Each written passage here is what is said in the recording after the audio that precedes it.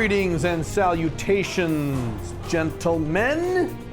This is Caleb Jones, and this is the Alpha Male 2.0 podcast, freedom-focused lifestyle design for men. Here we are again, and today I'm trying something a little different with my microphone. So usually I have one of those standard big giant, dildo-looking microphones that stick out of your desk and you put it in front of your face, and that's fine. Today what I'm actually trying is I'm wearing a lavalier mic, and I'm using this for podcasts instead of when I stand up and speak for videos. And so I'm actually walking around here in my Dubai apartment while I'm talking. I want to see if that makes any difference in my presentation or the number of times I stutter or things like that. It's kind of an experiment, so you are participating in an experiment with me. Isn't that nice? Great.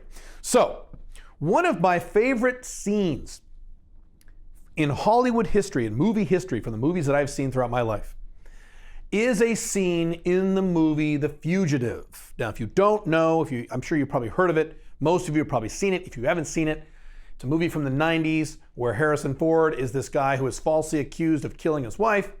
So he's on the run, and Tommy Lee Jones is leading a group of U.S. Marshals who are tracking him down. They're kind of chasing him around the country.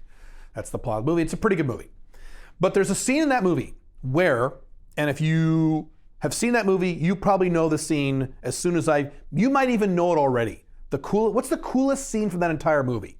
You might already have that scene in your head. Let's see if you and I share our tastes. So there's a scene where Tommy Lee Jones has cornered Harrison Ford, and they're inside this big tunnel, and it's a sewer drainage tunnel, big as a person, and it spills out over this cliff, this mountain cliff, and the drop is like 500 feet to the crashing waves below. And Harrison Ford is on the edge, and Tommy Lee Jones is behind him, holding a gun on him, like from 20 feet away, and he's like, "Put your hands up!" And so Harrison Ford stops. He's on the edge, and he turns around, he has his hands above his head, and he says, "I didn't kill my wife." And he tries to convince Tommy Lee Jones that he didn't kill his wife. And Tommy Lee Jones says, and if you've seen the movie, you could say it with me, "I don't care." Right.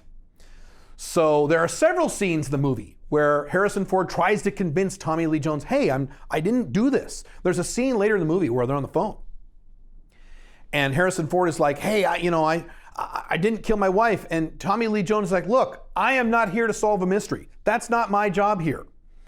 Exactly. Tommy Lee Jones, at least that character in that movie, his job is to track down a fugitive and bring him to justice. His job has nothing to do, his mission, his goal, has nothing whatsoever to do with whether or not he's innocent.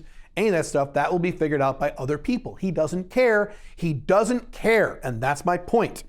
This is about outcome independence. He doesn't care about things that have nothing to do with his objectives. He doesn't care. Now, I will give you an even better example. In George Carlin's autobiography, which I have read, extraordinary book, great book, he has an introduction. And in the introduction, he definitively defines his key difference between himself and just about every other stand-up comedian ever.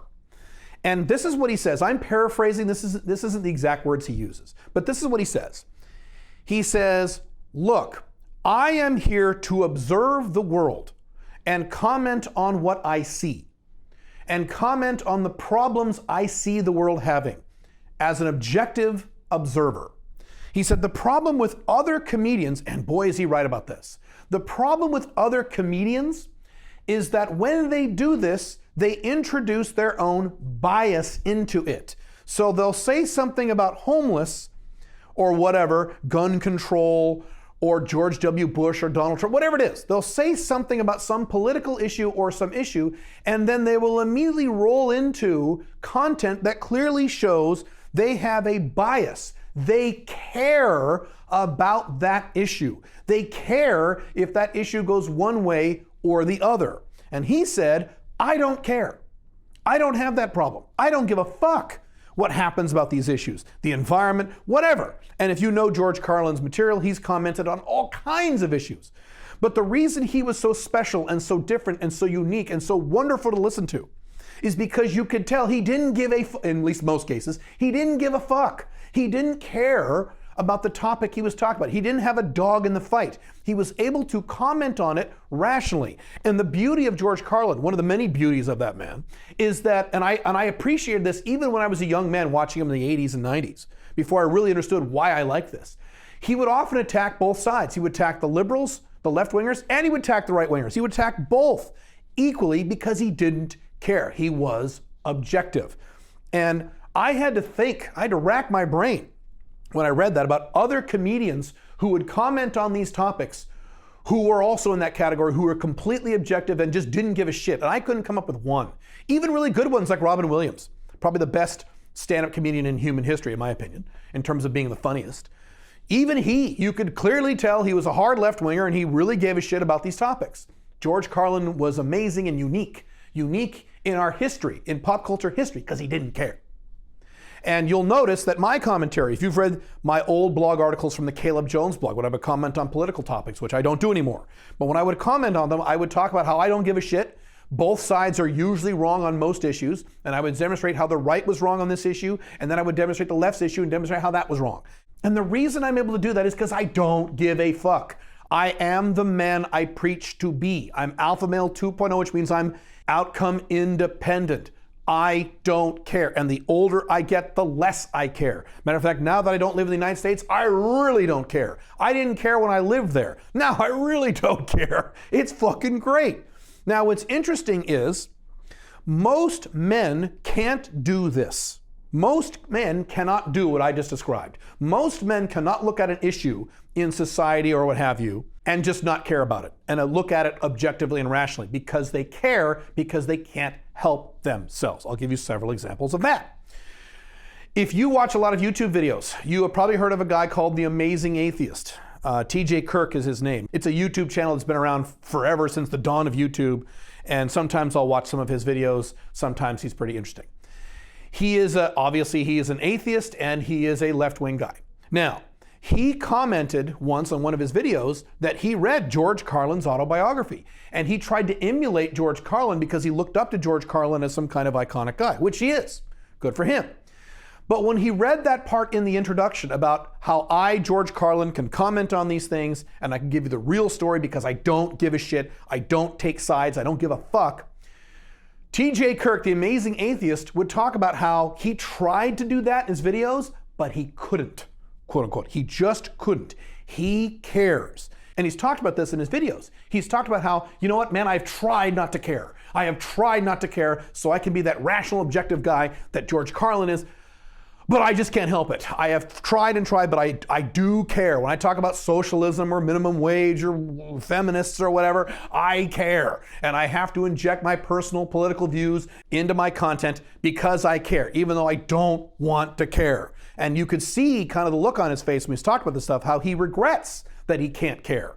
Right, he is outcome dependent. And because he's outcome dependent, he can't view the world the way he wants to view the world, rationally and objectively, because he gives a fuck, because he cares. I'll give you another example, someone that I used to observe very carefully, not so much anymore, at least not at all anymore, but back in the day when he was a big name guy in the red pill world, Roosh.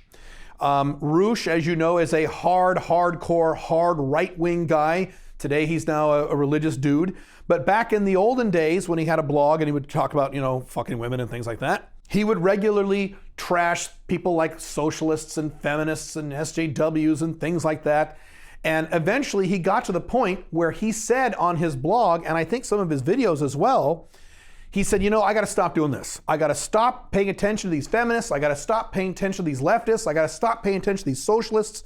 I got to stop paying attention to all these groups of people that he hated because he was such a hardcore right-winger and still is.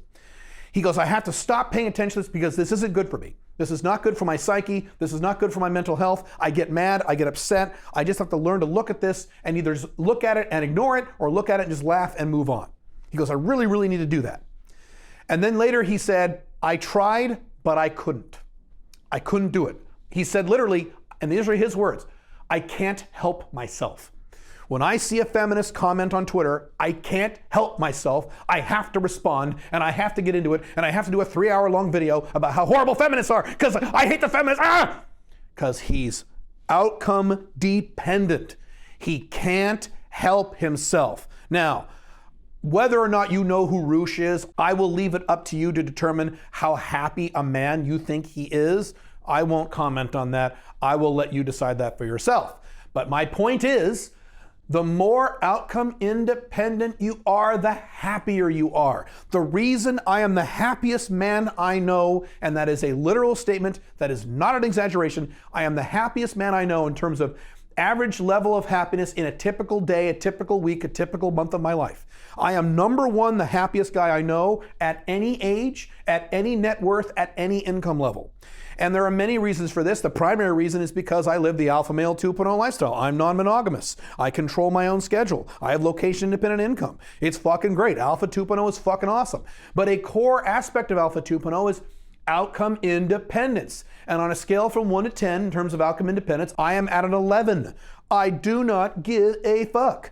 So when people scream about politics or scream about Trump or Joe Biden or the stock market or whatever the hell, or the Great Reset, or any of these other things everyone's so worked up about, I don't give a fuck. I laugh. I don't care. I barely pay attention to these things. I mean, I do a little bit just because I'm an international investor. I have to pay attention to some of these things because I have a financial interest in doing so. But I don't care in terms of the outcome, in terms of the philosophy of these things. I don't give a shit. I really don't care. Now, Caleb, you may say, yes, you care, because if you have a bunch of investments because you think a certain thing's going to happen or not, you care that that thing will happen. Yes, but I've already determined that thing will happen. In other words, I've already determined the Western world is going to collapse. I determined that a very long time ago. And for many years up until last year, I wrote articles at my blog saying, please, I can't wait for the big economic collapse to occur because I will make so much money in my investments, I'm going to throw a big fucking party. Well, guess what happened last year? That's what happened, 2020. That's what happened. And as I've reported up my blogs and my videos, I more than doubled my entire investment portfolio in 2020. I more than doubled it. I think I made 140% on my total portfolio. I have never done that in my entire life. Amazing. I don't remember the specific percentage that I increased in my portfolio off the top of my head. I have to look at my spreadsheets. But I more than doubled my entire worth of my entire investment portfolio. Pretty impressive considering that a strong percentage of my portfolio is cash. It's just cash. That didn't make any money. Matter of fact, that went down a little bit because of inflation. I still more than doubled everything because I knew that was going to happen. And if I see compelling evidence, compelling economic data that shows that, let's say, the Western world is going to prosper and Europe is going to prosper into this paradise and the United States is going to, re-elect Donald Trump and prosper and become this paradise, then fine. I don't care. Matter of fact, that'd be a good thing. But you know what I would do? I would just rejigger my investments and plan for that. That's the point I'm trying to convey to you. I don't look at the future hoping any one thing will happen based on my investments. I don't look at the future hoping that certain things will happen based on my political beliefs or my personal opinions. I look at the world how it is, devoid of my personal biases, and I make decisions accordingly. And if the world changes, then guess what I do? I change with it. One of the problems with right-wingers is that they hate change. They don't want to change anything. And the world is constantly changing, and these guys are constantly pissed off because the world is constantly changing. Yeah, man, that's how it goes. And I shouldn't pick on them. I mean, I could pick on the left-wingers too about how they bitch about how now we have a gig economy and you can't get a job and have a long-term career anymore and that's not fair and blah-blah-blah-blah-blue. What you need to do as an alpha male 2.0 is change with the times. Or that your divorce rates and monogamy doesn't work and women aren't loyal anymore. Change with the times. Don't keep living like it's 1950 because it isn't anymore. I don't live that way. I change with the times. When the coronavirus hit last year, I didn't say, God damn it, this is not fair, this is bullshit. I had to cancel all kinds of projects. I had to delay all kinds of projects back in first and second quarter. I had to cancel an entire month and a half trip I had planned to Eastern Europe. I had to do all kinds of stuff. And I'd say, this is bullshit, this is fair. I hate it. This sucks. I hate governments. I didn't do that. What I said is, all right, I need to change. How do we change? And I sat down and I changed. I changed everything around. And now today I am sitting pretty. Last year, 2020, was one of the best years financially, both in net worth and in income in my entire life. You don't see me complaining because I changed. The reason I moved out of the collapsing USA, I didn't say, oh, this is bullshit. The United States sucks and everything sucks. I didn't sit there and bitch about it. I fucking packed my shit and I moved to a less bad country because I don't care. A lot of conservatives, again, and a lot of left-wingers. So I'm gonna attack both this time because they're both doing it. See how I'm objective? I can attack both sides when they're both wrong.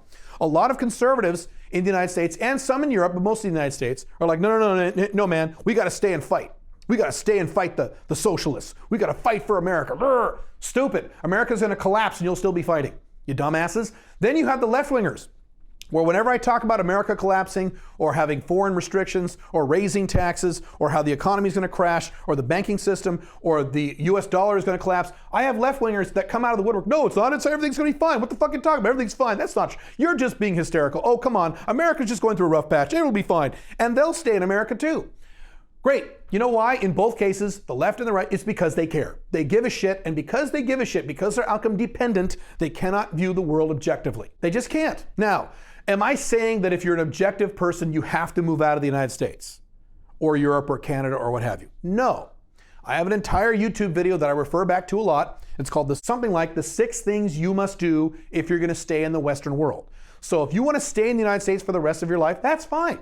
You can make that work, certainly as an alpha male 2.0, you can make that work. But there are 6 things you have to do that you may not want to do. You must have location independent income. And if you don't, you're fucked. You can't live in a city.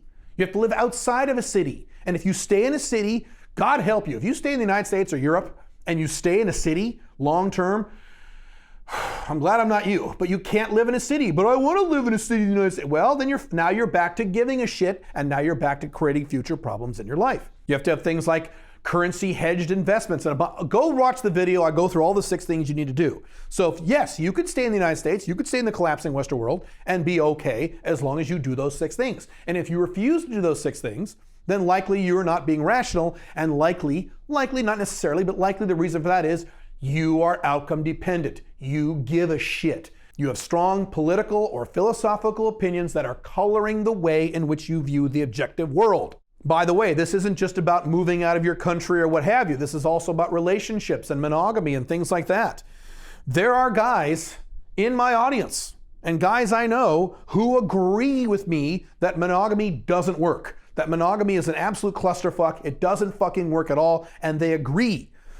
But they have this philosophical, old school, 1950s guy viewpoint that, well, a man can fuck other women, but my girlfriend or my wife or the woman I'm dating, she can't fuck other guys because that's not the way women are supposed to behave. And so because of this philosophical viewpoint, they stick with monogamy, and they have all the regular problems that beta males have when they stick with monogamy. And some of these guys are alpha males. Some of these guys are alpha male 1.0s.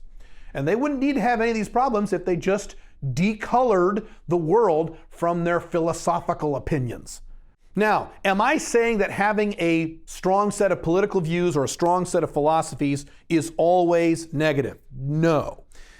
So this goes back to the question that I've been asked before. Hey, Caleb, can an alpha male 2.0 be religious? So can an alpha male 2.0 be really, really Christian, or really, really Muslim, or really, really Catholic, or really into Judaism or Buddhist or whatever the hell it is? And here's the answer. There is a very specific answer to that question. It's not yes and it's not no. The answer is, does your religion make you happier? And you say, well, of course it does. Wait a minute. Wait a second. I know a lot of religious people. I come from a very strongly Catholic religious family. My mom was a Catholic nun for 8 years before she married my dad. Why do you think my name is Caleb? That's a biblical name from the Bible because my mom was a nun. So every boy in my family has a biblical name. Caleb, Joshua, Jeremiah, these are all people from the Bible, okay? So that's why. So I know a lot of very religious Christians. I have traveled the world. I know a lot of very religious Buddhists. I've known a lot of very religious Muslims. I've known a lot of religious people. And I will tell you for a fact that there's 2 categories of hardcore religious people. There are religious people where their religion makes them more happy, and there's a hell of a lot of religious people where their religion makes them less happy. I'll use Christians as an example because that's an easy example, because most of you are in the Western world and thus most familiar with Christians. And you probably know what I'm talking about as I describe these 2 types of people. There are Christians who are just miserable people. I don't mean they're miserable, I mean they're miserable in terms of how they feel. They are furious about everything. They're angry about everything. All these people on Tinder having sex, and all these liberals getting elected to high office, and all these damn immigrants coming in here, and all this sin, and all this stuff. And they're because they're religious, it actually makes them less happy. If these people didn't have a religion, I don't mean they need to be atheists. I'm not an atheist. But if they just became agnostic, they just let their religion go, they would be happier people. Because they wouldn't look at the world through this lens of the world is bad and terrible and wrong because it's not conforming exactly to Christianity. Now, on the other side, yes, again, I'm objective. I'm telling you the facts. I'm not just giving you my opinions. There are also a lot of Christians I personally know and have met. One of them is my wife's stepfather, who are hardcore Christians, and being a hardcore Christian makes them happy. They're really happy, sweet people. They have a smile on their face. They're happy, they have a positive attitude toward life, and their religion has actually helped them develop this. That's fine. That even goes for crazy things like Scientology. If you're Scientology or whatever cult you're into, I don't give a shit. Again, I'm Malcolm Independent, I don't care. Whatever religious belief you have, even if it's considered culty or weird, if it honestly makes you happier, honestly, and you're not just saying that it is and pretending that it is and putting on a false front, because I see a lot of that too in the religious world. But if your religious beliefs honestly make you happy, then great. Embrace those things, and that's fine. If your religion makes you unhappy, and boy, do I know a lot of people all over the world of all religions where their religion makes them fucking miserable. They were reasonably happy people before they became born again, and then they joined this religion and got crazy about it, and now they're pissed off and angry all the time. Then no, that is not a good thing to have a religion. So it depends on you. Does it honestly make you happy? Same thing with political beliefs. I am, as most of you know, a libertarian. I'm a real libertarian. I'm a minarchist libertarian. And I know a lot of libertarians who are really mad all the time because governments just keep getting bigger and bigger and bigger and bigger and bigger and bigger because that's what governments are designed to do. And voters in the Western world are morons, including Trump supporters, including left-wingers. They're all insane. I've talked about this in great detail in my blogs. So yes, that's the deal. And so there's a lot of libertarians who are just furious. They're just mad all the time. And there are libertarians like me who are really fucking happy and have a great outlook on life. And they're super joyous and they have a great time. They live great lives because they've actually taken action building an international lifestyle or something similar to what I have, if not fully Alpha Male 2.0, something similar, where they really enjoy themselves. And they've designed a lifestyle that they enjoy instead of the angry libertarian who's sitting there, in the middle of Chicago and just sitting in his apartment, ranting and screaming at the screen when he reads more stuff about what left-wingers are doing. You see the difference? So political beliefs, philosophies, religious beliefs, I'm not saying they're necessarily bad. They're fine if they enhance your life and actually make you happy. But in any respect, if you are hardcore outcome dependent on these things, it colors the way you view the world. And when you view the world in a way that it isn't, you cannot take right action. You will always take the wrong actions. You will do things like vote for Bernie Sanders because you want him to pay off your college loans, and that never happens. You will do things like vote for Donald Trump because you stupidly think he's going to make America great again and build a wall, which of course won't happen. You'll do all kinds of stupid shit that will infuriate you throughout the rest of your life because you give a shit. You shouldn't care. What should you care about? I'm at the end of this podcast, so I can't go into detail about that, but what should you care about? Number one, you. You should care about you. Fuck your society. Care about you first. Take care of you first. Secondly, if you have a spouse, you probably need to care about her. Yes. Thirdly, if you have children, most of you don't. So if you don't, great. If you do, you got to care about your children at least until they're 18. Once they're 18, then you can do whatever you want because then they're adults. Maybe way down the list, you could give a shit about your parents. Maybe. Some parents don't deserve to be cared about and some do. That really depends. And after that, it's your friends and whoever else you want, but that's it. You don't need to care about the world. You don't need to care about your country. You don't need to care about society because I promise you, the world and society don't give a rat fuck about you, so you shouldn't care about them. I certainly don't, and I'm the happiest guy I know. Stop giving a shit. And if you're one of these guys that, quote, can't help it, work on that because you can't be happy if you, quote, can't help it. If you want more resources from me, you can go to calebjones.com. All of my books are there, my online courses. I have several coaching programs. I'm here to help you design a better life. If you're interested in that, go for it. Otherwise, I will see you very soon. Have fun. Bye.